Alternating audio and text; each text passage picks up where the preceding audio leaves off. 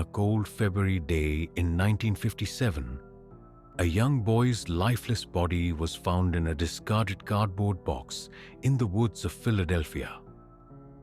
His small frame was bruised, his hair appeared to have been crudely cut, and his identity a complete mystery.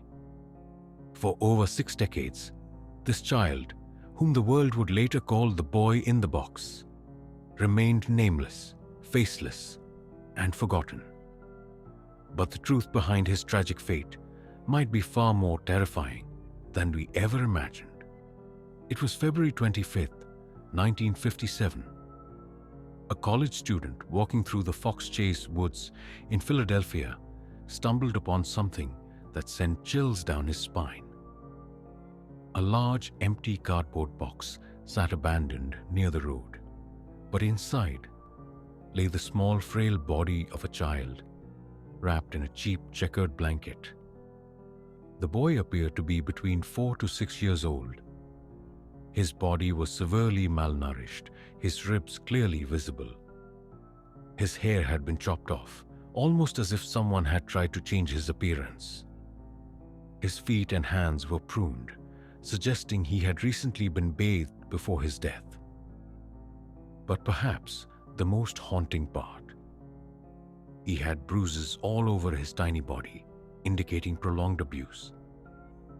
When police arrived, they were horrified. A child's murder should have sparked immediate outcry. Someone, somewhere, must have been looking for him. But strangely, no missing child reports matched his description. Fingerprints were taken. Flyers were distributed across the city. Newspapers ran his face, pleading for information. But no one came forward. It was as if this boy had never existed. The box he was found in had a serial number.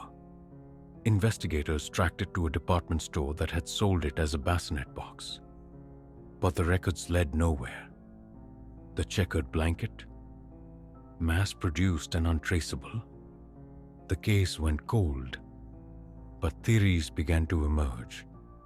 One of the most compelling leads came when a local foster home, just miles from where the boy was found, became linked to the case. Witnesses claimed they saw a young boy matching the description living there.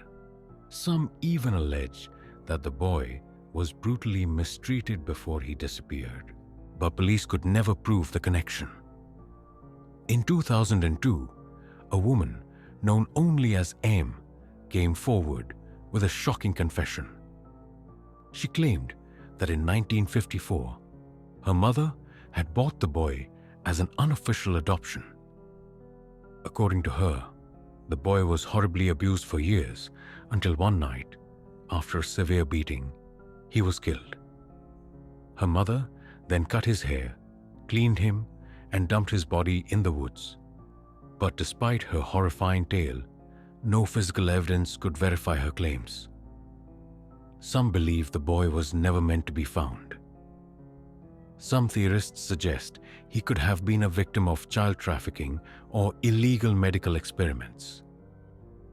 The precise, almost surgical way his hair was cut, his malnourished frame. Could he have been part of a secretive, underground operation?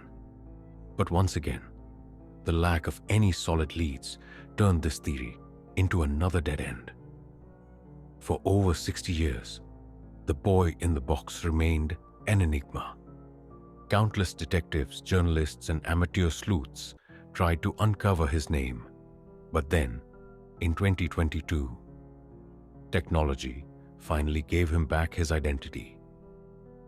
Using advanced forensic genealogy, experts were able to extract his DNA and match it to a family.